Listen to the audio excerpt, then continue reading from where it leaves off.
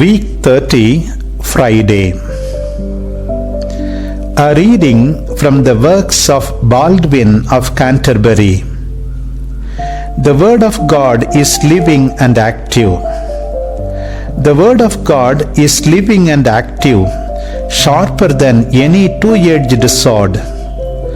What great power and what great wisdom there is in the Word of God!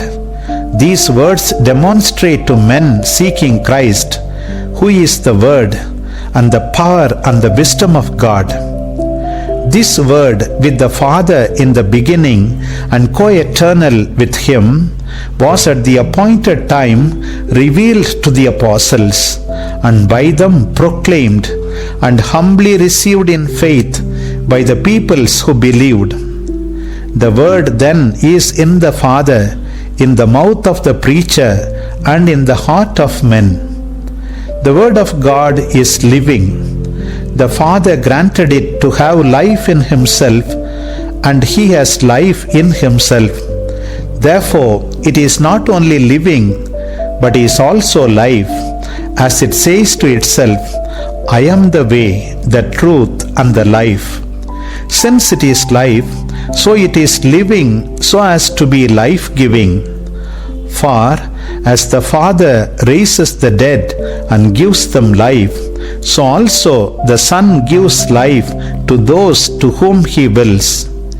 It is life-giving when it calls the dead man from the tomb and says, Lazarus, come forth. When this word is preached, by the proclamation it gives to its own voice, which is heard outwardly, a voice of power interiorly sensed, by which the dead live again, and from the stones are raised up sons to Abraham.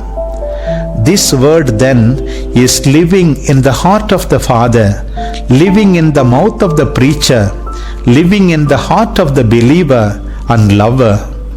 Since the word is living in such a manner, without doubt it is also active.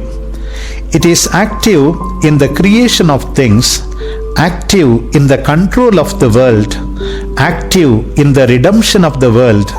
What is more active or more powerful? Who shall speak of His powers or voice all His praises? It is active in its working, active when preached. It does not return empty, but prospers in all things to which it is sent.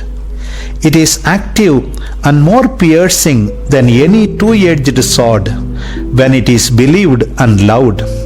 What is impossible to the believer or difficult to the lover?